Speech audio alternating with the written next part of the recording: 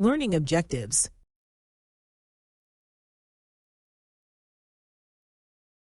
Hello, my friends. Today, we are going to learn the etiquette of conversation. Let's get started. Islam teaches us how to deal with others so that we can get along. In order to get along, we must learn how to communicate with each other. There are some important etiquettes that we must remember while talking to others. One of the etiquettes of conversation is to not overspeak or talk too much. This is so that others can have a chance to speak as well. When we listen to others, we understand them more. Another etiquette of conversation is to not interrupt someone while they are speaking. My friends, it is highly important to listen carefully and to allow the speaker to finish their thoughts so that we can fully understand them.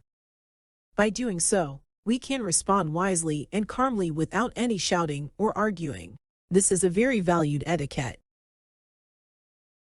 We understand, my friends, that it's important for a Muslim to stay informed about other Muslims around the world. We should sincerely wish them well and make prayers to Allah Almighty on their behalf. However, according to conversation etiquette, a Muslim should not repeat everything they hear to others. The Prophet, peace be upon him, said, "It is enough for a man to prove himself a liar when he goes on narrating whatever he hears." If an individual repeats everything they hear, they may accidentally say false things and become a liar in everyone's eyes.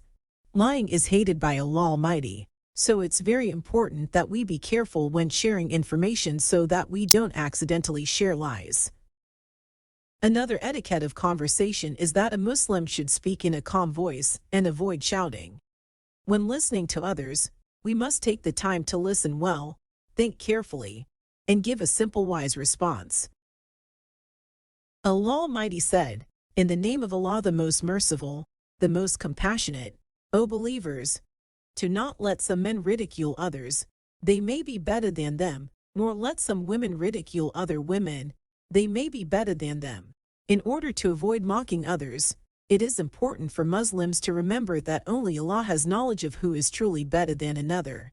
We may not realize that the person we mock could actually be more favored by Allah Almighty than ourselves. This means that an etiquette of conversation is to show respect to the people we talk to. It is important not to mock them or their words. Instead, we should understand what they tell us and use it as an opportunity to learn more about unfamiliar topics. Another important etiquette of conversation is not backbiting or slandering. Backbiting was explained to us by the Prophet, peace and blessings be upon him, when he said, "Backbiting is talking about your Muslim brother in a manner which he dislikes." It was said to him, "What if my Muslim brother is as I say?"